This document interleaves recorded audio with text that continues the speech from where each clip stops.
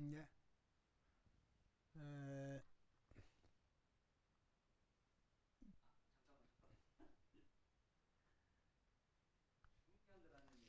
뭐, 파워포인트에 그, 인간,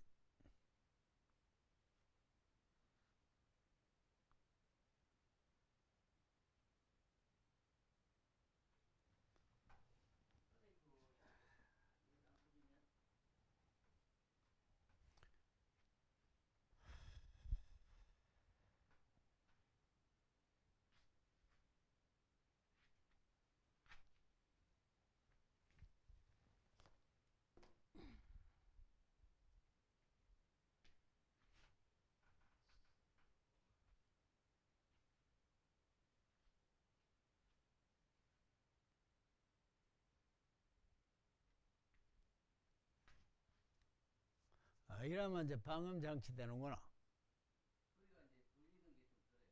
그렇겠네. 예. 이 원래 이제 그 흡음용으로 나온다고?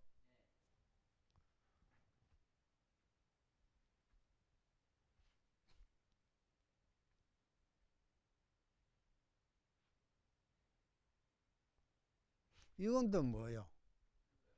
이건 뭐? 이 반죽이구나. 아, 그렇지. 예. 예. 그래서 인간 가는데 한번 좀 올려줘 봐요.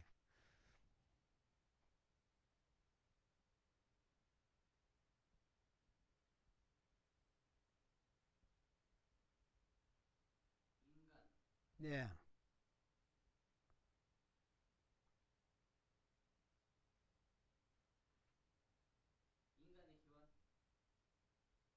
오케이, 오케이. 예.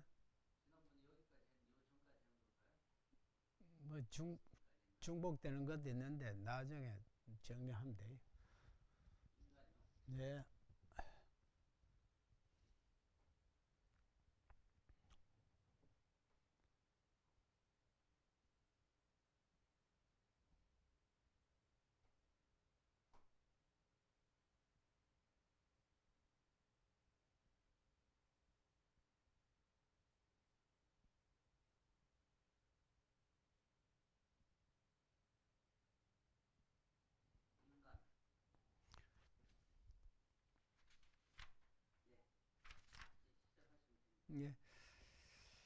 예. 그 로마 가톨릭과 개신교와의 그 차이점을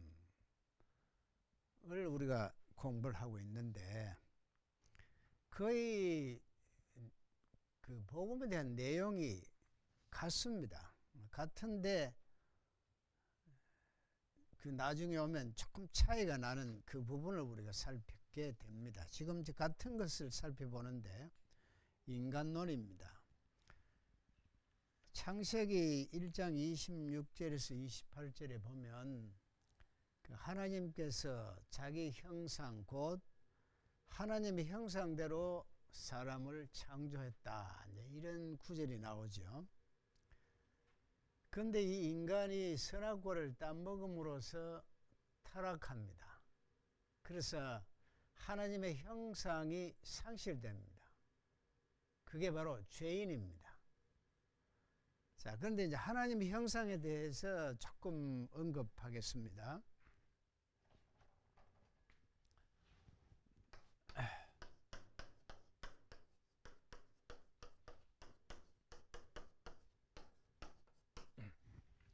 하나님의 형상이 무엇이냐 할 때 헬라적인 의미에서는 다른 동물과 다른 점, 이성을 가진 존재이기 때문에 그걸 하나님의 형상이라 한다. 이렇게 말합니다. 그 두 번째는 하나님의 형상이라는 것은 인간은 영적으로 하나님과 뗄래야 뗄 수 없는 그런 관계를 가진 존재로 창조되었다 할 때 하나님의 형상입니다. 그런데 이 하나님의 형상이 타락하니까 이 죄인이 되고, 이 죄인이 의인되는 이 관계를 성경에서는 십자가로 설명을 하게 됩니다.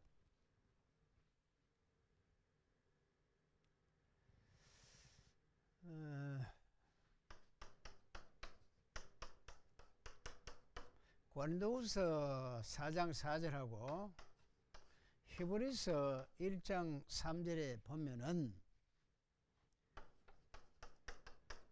그리스도가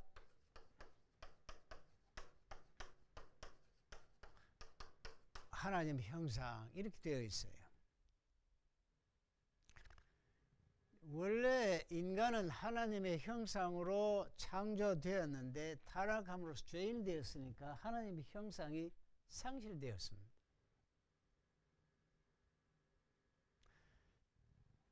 그런데 이 그리스도가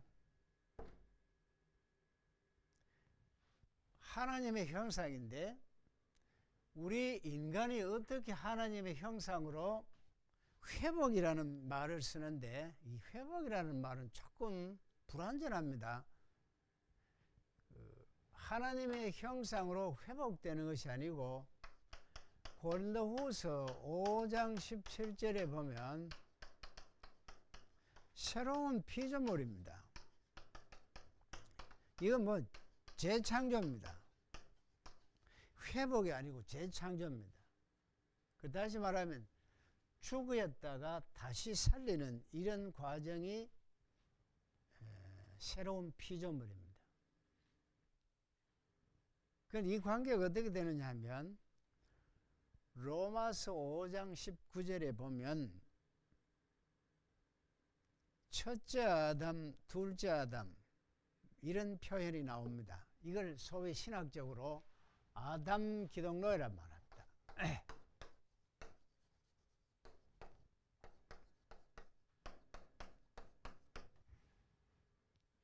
여러분들 앞으로 그 신학 책을 읽을 때 이런 용어의 개념을 잘 알고 있어야 됩니다. 아담 기독론 무슨 말이냐?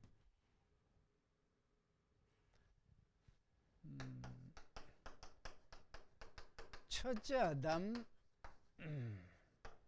둘째 아담, 혹은 이걸 이제 마지막 아담이라 하죠, 그제? 아담. 요는 이제 불순종함으로써 사망을 가져왔고, 요는 순종함으로써 생명을 가져왔다. 이래 되죠.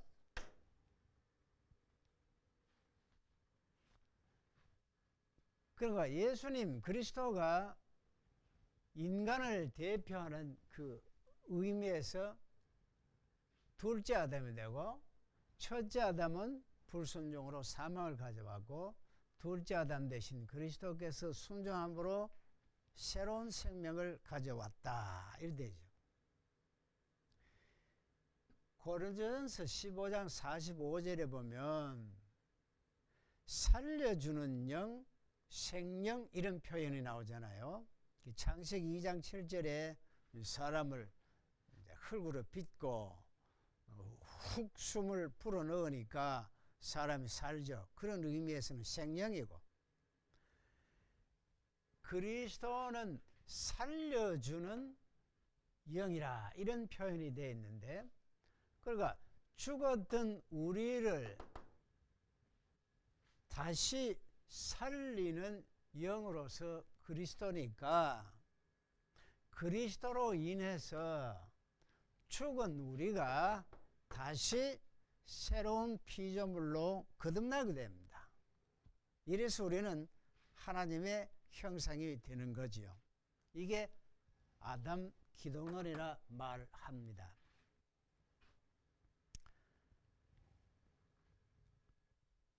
이제 인간은 죄인이라 할 때 그 원죄 개념을 요 참 이제 가톨릭하고 우리하고 약간의 차이가 있는 게 뭐냐면 캐톨릭에서는 이걸 원죄하고 자범죄 이렇게 나눕니다. 원죄는 인간의 노력에 의해서 씻을 수 없는, 용서받을 수 없는 죄를 말하고, 인간 스스로 짓는 죄는 인간의 노력에 의해서 용서함을 받을 수 있다, 이런 개념을 갖고 있습니다. 그러나 이게 프로테스탄트 입장은 뭐냐면은 이 원죄 때문에 자범죄가 나온다. 이 자범죄를 원죄 속에 집어넣습니다. 그 차이가 있다 하는 것을 아시고, 그럼 이제 이 인간이 이제 아까 아담 기독론을 이야기할 때 그리스도가 십자가 사건으로 순종함으로써 새 생명을 얻는 이런 구조로 되어 있는데,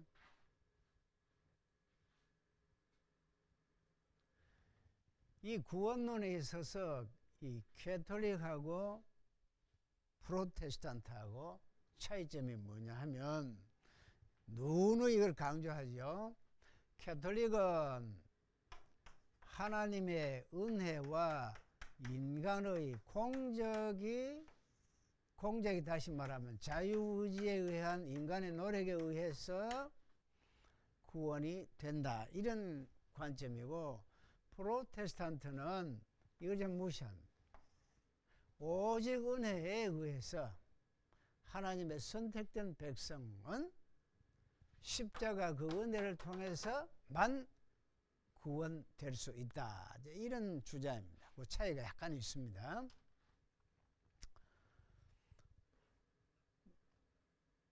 근데 구원의 개념은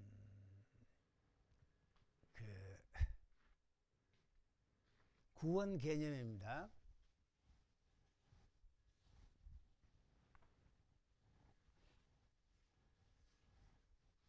구원이 무엇이냐 할 때 로마서 5장 8절에 죄인 되었을 때 이렇게 되어 있습니다.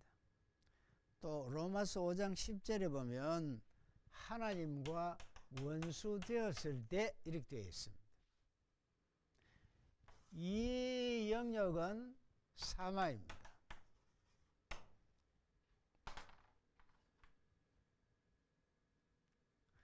그런데 새 생명 되신 예수 그리스도가 우리에게 임함으로써 죄인이 의인됩니다. 원수관계가 화해관계가 됩니다. 이 사망에서 생명으로 영역 이동이 구원이다, 이렇게 이해하시면 돼요. 그런데 이걸 좀 더 구체적으로 이야기하면 범죄로부터 자유, 율법의 저주로부터 자유, 죽음으로부터 자유, 심판으로부터 두려움, 속박으로부터 자유입니다.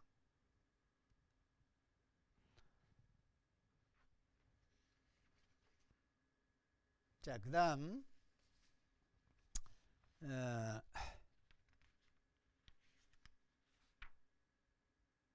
종말로 합니다. 뭐 캐톨릭이나 우리 개신교나 그 종말에 있어서는 같습니다. 종말을 이야기할 때 두 가지 개념이 있죠.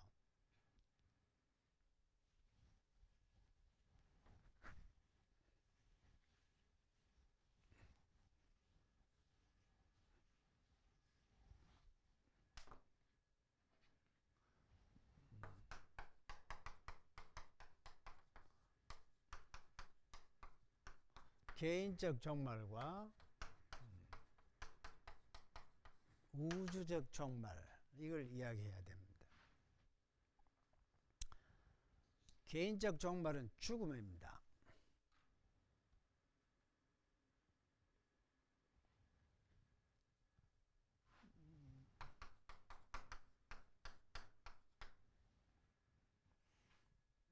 근데 이 죽음을 우리가 쉽게 이야기하니까 뭐 그런 거다 생각을 하는데, 또 이 죽음은 남의 것이지 내 것이 아니다 이런 생각을 하죠. 근데 이 나이를 자꾸 먹어가면 죽음이 차츰 내 것으로 다가옴을 느낍니다. 그래서 어떤 그 철학자는 죽음이 두려워서 종교가 생겨났다 이런 이야기도 하죠. 어떤 의미에서 그 말이 맞습니다. 석가님이 생로병사의 그 코로부터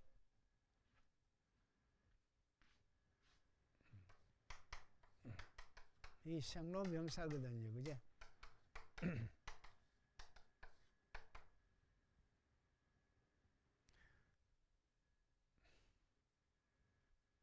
태어나는 것 자체 참 곱니다. 고.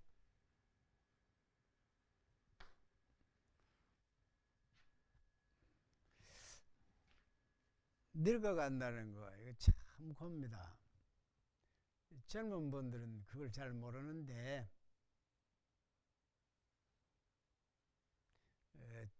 저도 그 몇 년 전까지만 하더라도 60대인데도 불구하고 노예에 대한 생각이 거의 없었는데, 요즘에 70대 들어서고 나니까 이 몸도 이 작년하고 금년하고 많이 달라짐을 스스로 느낍니다. 아픈 데가 자꾸 생겨나고요. 그 젊은 시절에 그 때가 어제 같은데 벌써 이래 됐나 하는 이런 걸 생각하고, 또 죽음에 대해서 두려움을 갖게 됩니다. 참 감사한 거는 이 죽음에 대해서 막 절망을 하다가도 이 늙고 병듦에 대해서 참 절망하다가도 성경 말씀이 문득문득 떠오릅니다. 고린도후서 5장 1절입니다. 제가 참 좋아하는 구절인데, 이 세상 장막집이 무너지고 나면 하나님께서 지으신 영원한 집이 있다. 얼마나 소망적인 말씀인지 모릅니다.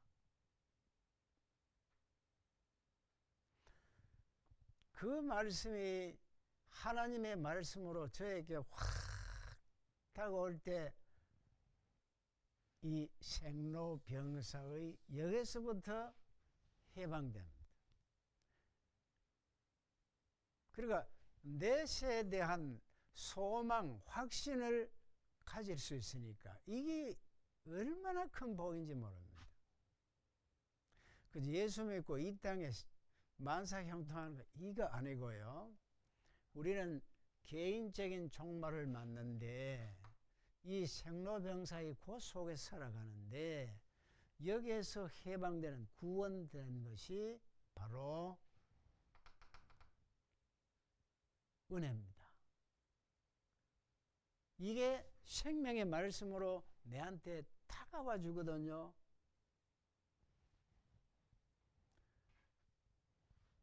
자, 개인의 정말 죽음이 옵니다. 그럼 죽으면 끝이 나느냐? 아니잖아요. 심판이 있습니다. 그리고 안 믿는 사람은 뭐 이걸 예사로 생각하려면 몰라도, 우리 성경적으로 보면 반드시 심판이 있거든요. 불신자는 영원한 지옥불이 던져지고, 믿는 자에게는 영원한 그 나라에 가는 겁니다. 이게 허황된 소리가 아니고요. 이게 절실하게 다가온다는 거 아닙니까?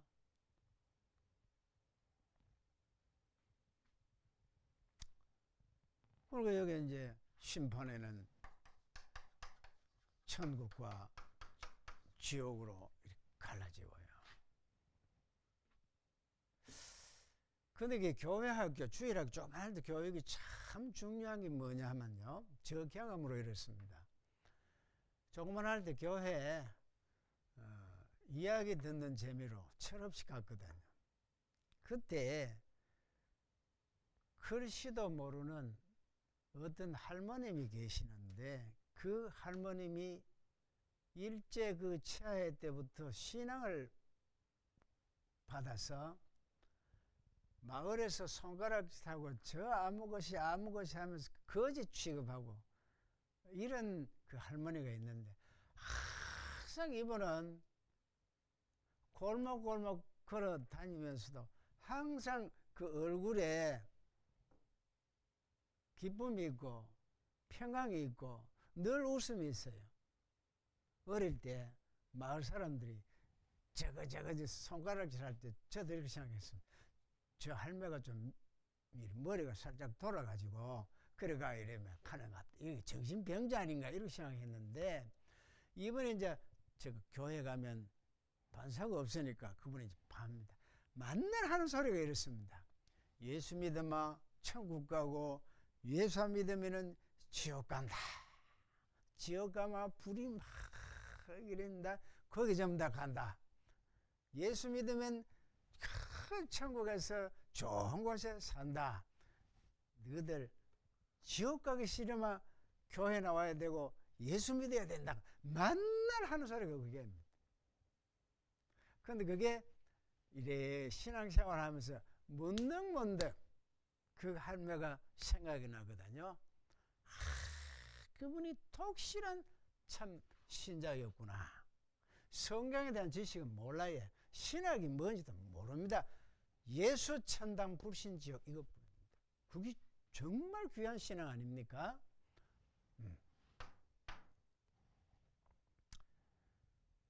이게 이제 성경에서 말하는 개인적인 종말인데 이건 뭐 가톨릭이나 프로테스탄트나 똑같습니다. 여기 이제 하나 여기서는 연옥을 이야기하는데 이 연옥은 이제 뒤에 가서 이야기하도록 하고 그다음에 이제 우주적 종말입니다. 우주적 종말은 주님이 재림하심으로써 끝이 납니다. 그리스도 재림입니다. 여기는 이제 재림의 징조가 있고 또 이 재림의 때가 있는데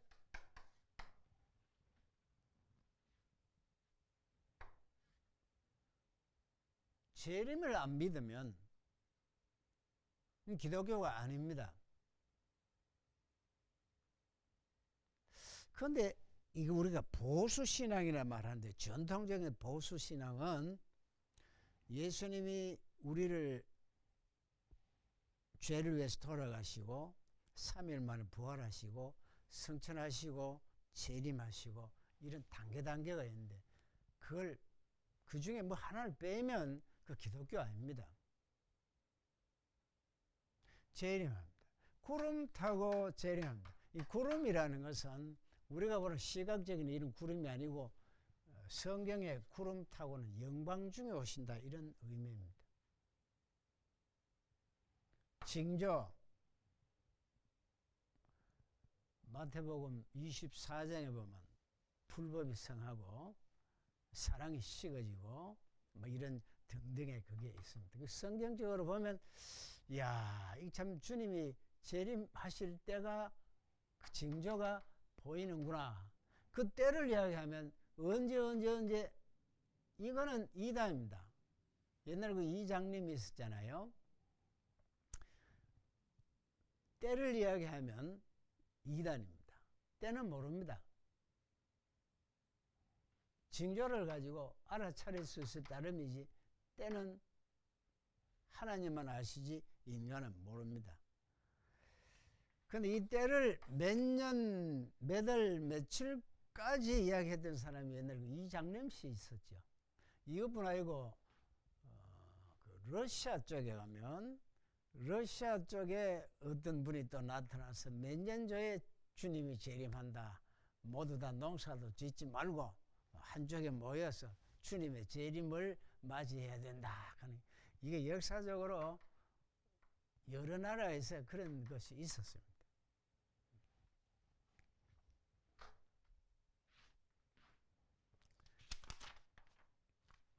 그 다음에 이제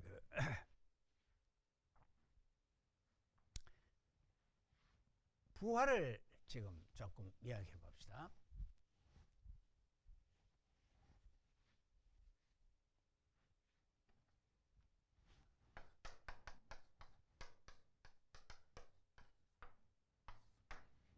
부활 부인하면 기독교 아닙니다. 이단입니다. 부활의 개념을 이렇게 자유주의 신학에서 이렇게 이야기를 합니다. 자, 우선 이야기가 나오시니까 자유주의 신학이라는 거는 이 자유주의가 뭐냐 하면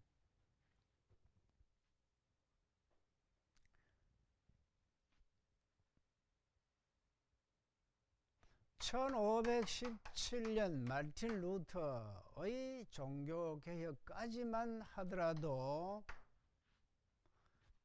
공의 기독교는 하나님 중심 사상이었습니다. 신본주의입니다. 이건 너무 신중심이기 때문에 교회가 교권주의에 빠집니다. 그걸 교권주의를 하죠. 교회 제일주의죠. 그리고 여기는 뭐 인권 탄압을 하게 됩니다. 교회가. 이게 이제 문제였었는데 1517년 마르틴 루터를 중심으로 해서 이 교회의 교권주의에서 정말로 그 본질적으로 그 인간과 그 하나님의 정당한 관계가 회복되도록끔 한 것이 종교개혁 정신입니다. 그런데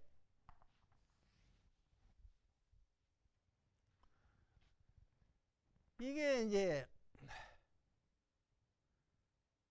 1785년이고 1789년도에 어떤 일이 있었느냐 하면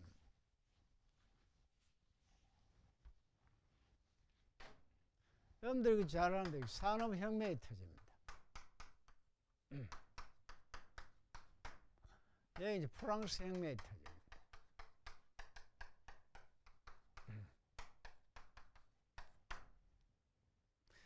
지금 이제 부활을 이야기하다가 자유주의 신학에서는 부활의 개념이 우리가 지금 생각하는 것하고 다르다는 것을 말씀드리려고 지금 자유주의 신학이 무슨 의미를 갖느냐 이제 지금 역사적인 배경을 이야기합니다. 산업혁명은 과학이 발달됨으로써 경제적으로 대량 생산이 됩니다.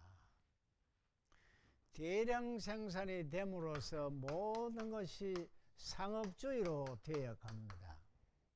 그냥 이제 돈만 있으면 최고다 하는 물질 만능주의, 황금 만능주의 사상으로 빠져들게 됩니다. 프랑스 혁명은 인간의 인권이 신장되는 그런 것을 의미하죠. 그러니까 일개인의 개성이 존중되는 그런 정치적 변화를 의미합니다. 그러니까 이제 아이고 자유를 만끽하는 그런 사회가 이렇게 되어가죠. 자, 그러니까 풍요한 경제와 개인의 개성을 존중하는 자유가 마음껏 이렇게 발전되어 가니까 이전에는 신본주의 교회 중심이던 사고방식이 인본주의 쪽으로 사고가 바뀝니다. 그래서 하나님을 이해할 때도 인간의 이성과 또 인간의 어떤 이런 가치, 경제적인 어떤 그런 풍요에서 하나님을 이해하려고 합니다. 그래서 신앙이 자꾸 변질되죠. 그러니까 종전에는 이때까지만 하더라도 모든 사고는 하나님 중심으로 하나님께서 이걸 어떻게 보시고 하나님께서 어떻게 원하시는가 이렇게 생각했다면 이런 것을 거쳐서 인간이 하나님을 어떻게 해석하느냐 이래 돼 버립니다.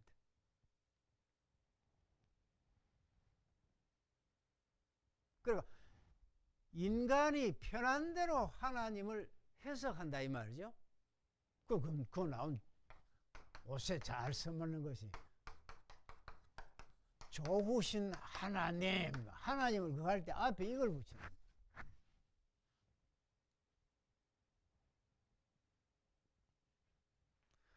왜 좋으신 하나님이냐? 인간 지가 해석을 하거든요. 풍요롭게 하시는 하나님. 우리의 정치적인 간섭에 의해서 민주주의를 꽃피게 해주는 그런 좋으신 하나님. 우리가 원하고 빌미는 현실의 모든 문제를 해결해주는 그런 하나님, 좋으신 하나님. 이렇게 돼버립니다. 이게 우사이라 이 말이죠. 원래 그 성경의 그 하나님은 죽든지 살든지 오직 주를 위해서 하는 겁니다. 모든 것이 하나님 중심이었었는데 이제 이런 풍요한 사회, 오늘 우리 이 사회에 살면서 이제 하나님을 내 편리한 대로 해석을 해가 자꾸 이렇게 합니다. 그럼 그 부활은 뭐냐? 부활이라는 것은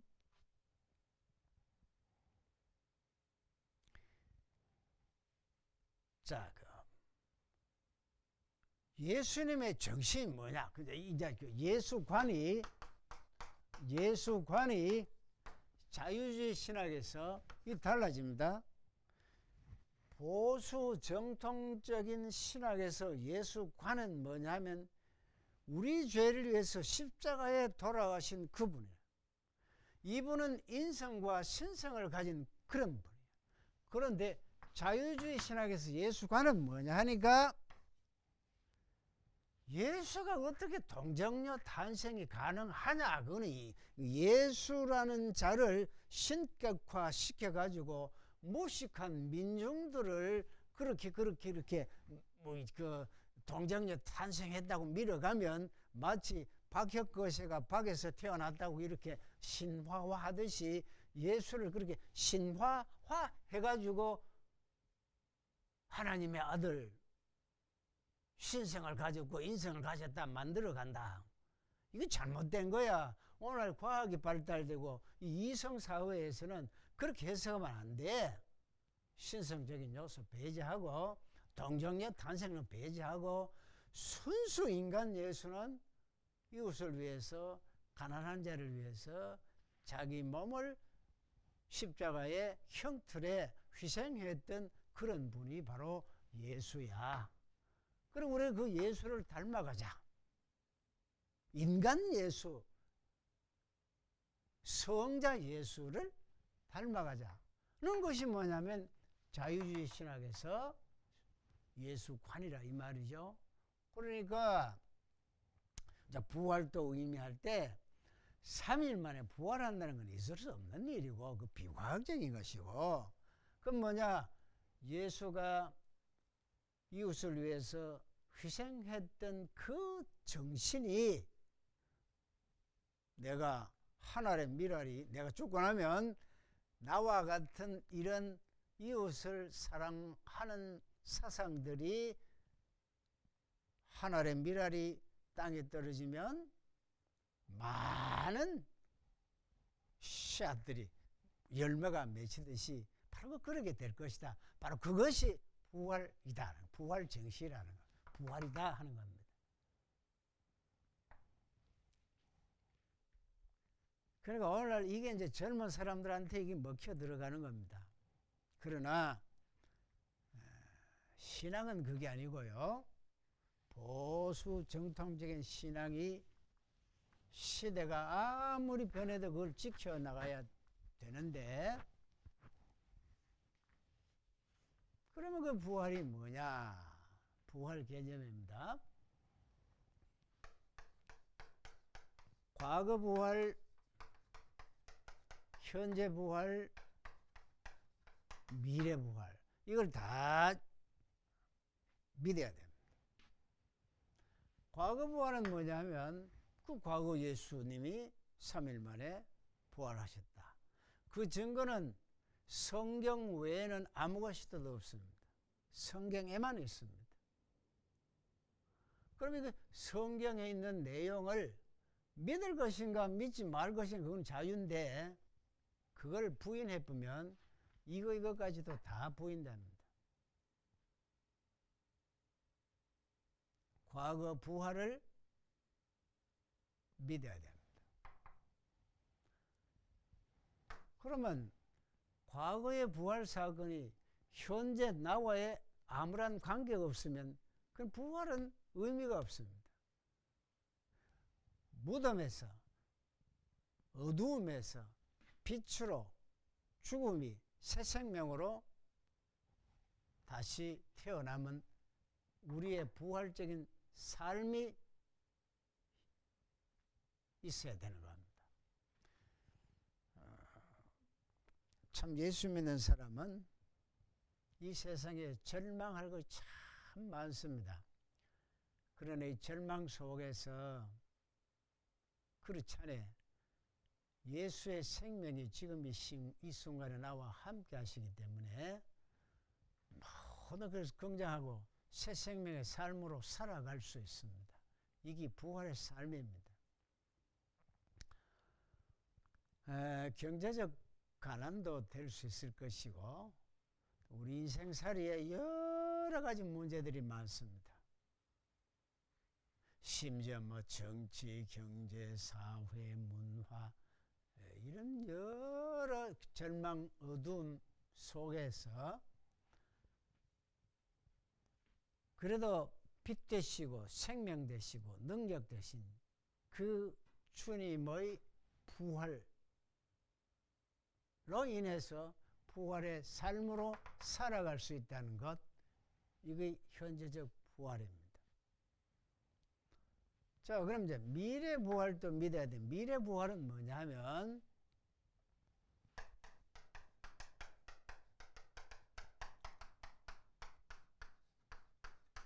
첫째 부활,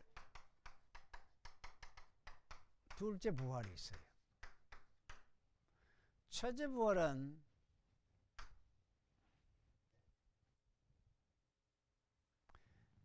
이렇게 되어 있어요.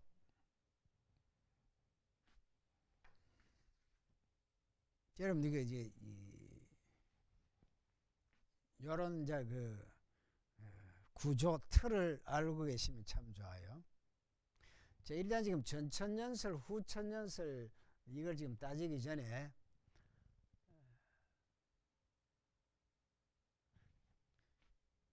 주님이 이제 재림합니다. 이제 공중 재림합니다.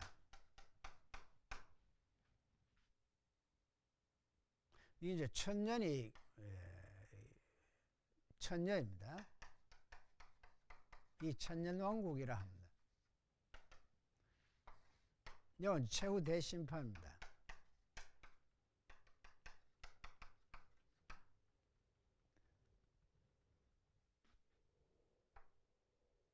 요 주님이 공중 재림할 때 우리보다 먼저 믿은 자들이 부활합니다. 이게 첫째 부활입니다.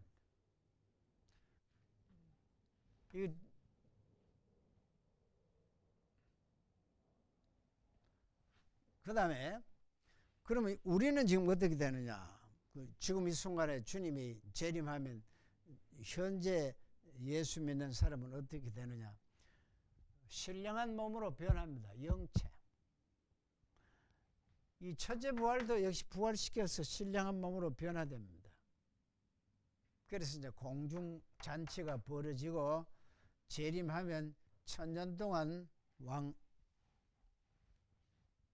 지상 이제 그 왕국이 되죠.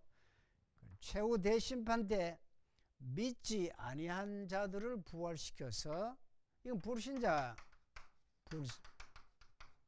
이건 신자들.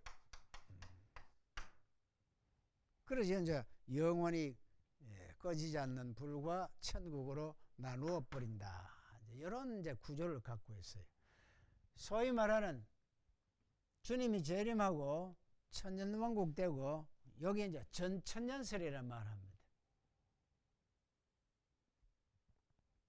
그러니까 천년왕국 전에 재림한다. 이게 전천년설이고 후 천년설은 뭐냐 하면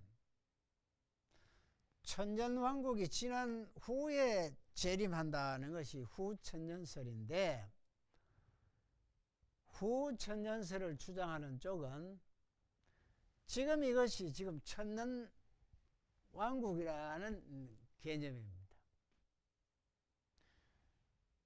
주님이 재림하면 바로 심판이 된다. 이런 것이 후천년설입니다.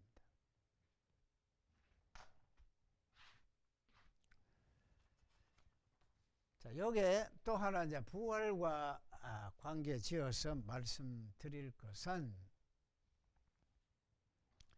그 부활하고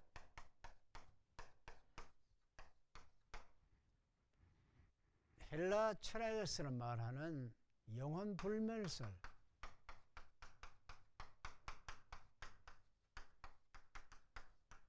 요거를 잘 구별해야 됩니다.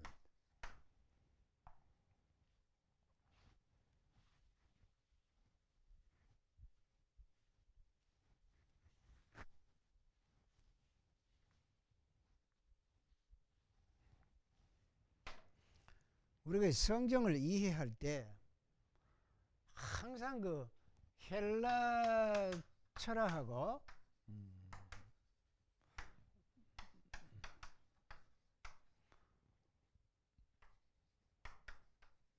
이 개념을 헬라는 이성 중심이고 인간 중심이고 이거는 신앙 중심이고 하나님 중심입니다. 항상 이제 성경 구조가 그렇게 되어 있어요. 요거는 이원론적 사고입니다.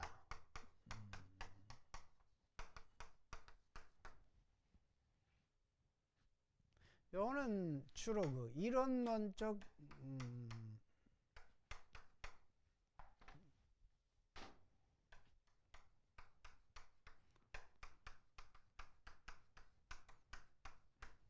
이렇게 되어 있어요. 이게 무슨 말이냐 하면 인간을 이제 한 예로 말하면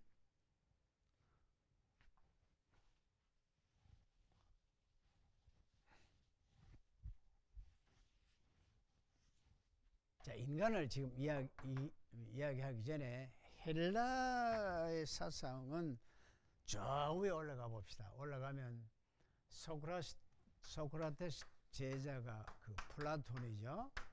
플라톤의 제자가 아리스토텔레스입니다. 그제? 이 사람이 이제 세계를 설명할 때에 눈에 보이는 가시적 세계하고 가시적 세계,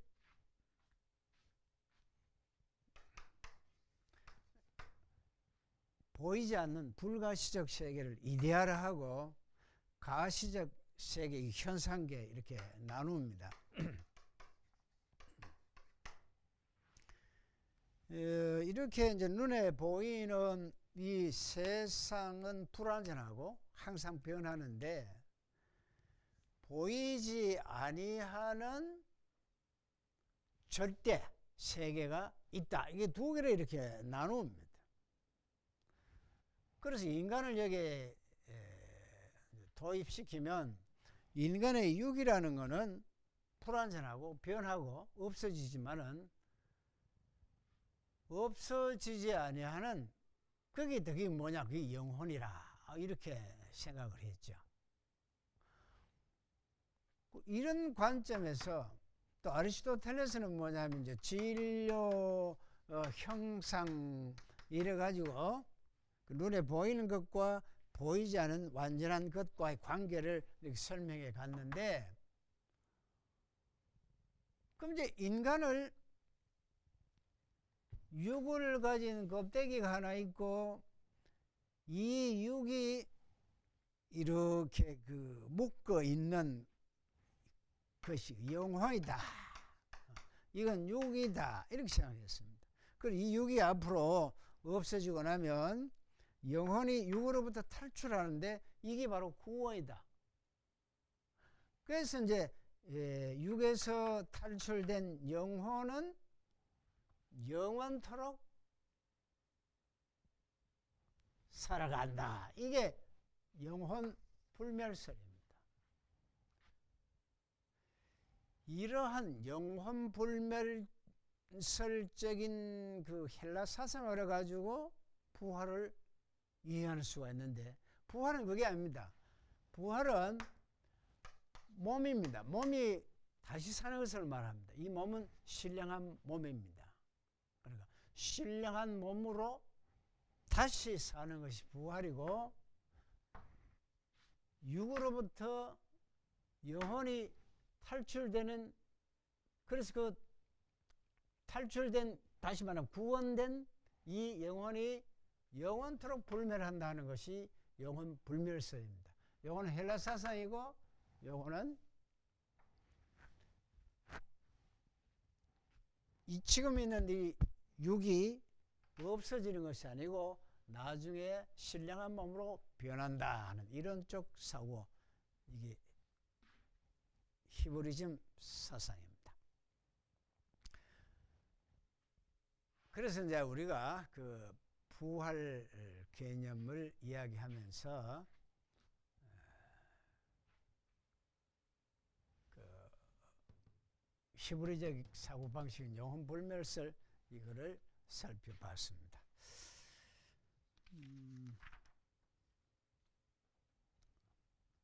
조금 쉬었다가 다시 하도록 하겠어요.